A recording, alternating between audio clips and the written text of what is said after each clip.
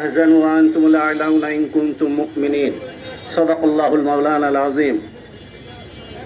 খেলাফত মজলিস আয়োজিত আজকের বিক্ষোভ সমাবেশের নেতৃবৃন্দ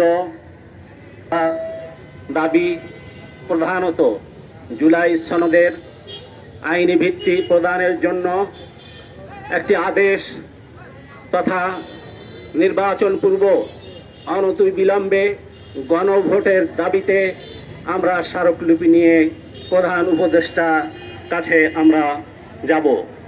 আজকের এই সমাবেশ থেকে আমরা স্পষ্টভাবে জানিয়ে দিতে চাই, জুলাই সনদকে কোনো অবস্থায় বিলম্বিত করা যাবে না, এর বিরুদ্ধে কোনো ষড়যন্ত্র করা যাবে না।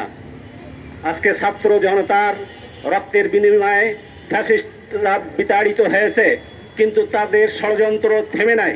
তারা নির্বাচনকে বানচাল করার জন্য বিভিন্ন ধরনের ষড়যন্ত্র করে যাচ্ছে।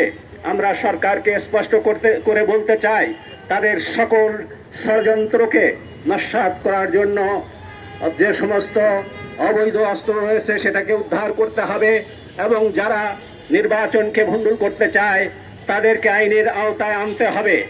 আর আমাদের স্পষ্ট দাবি যে জুলাই সনদকে কার্যকর করা ছাড়া নির্বাচন সুষ্ঠু হবে না। এই জন্য ভাই সামনে তো সরো নাই,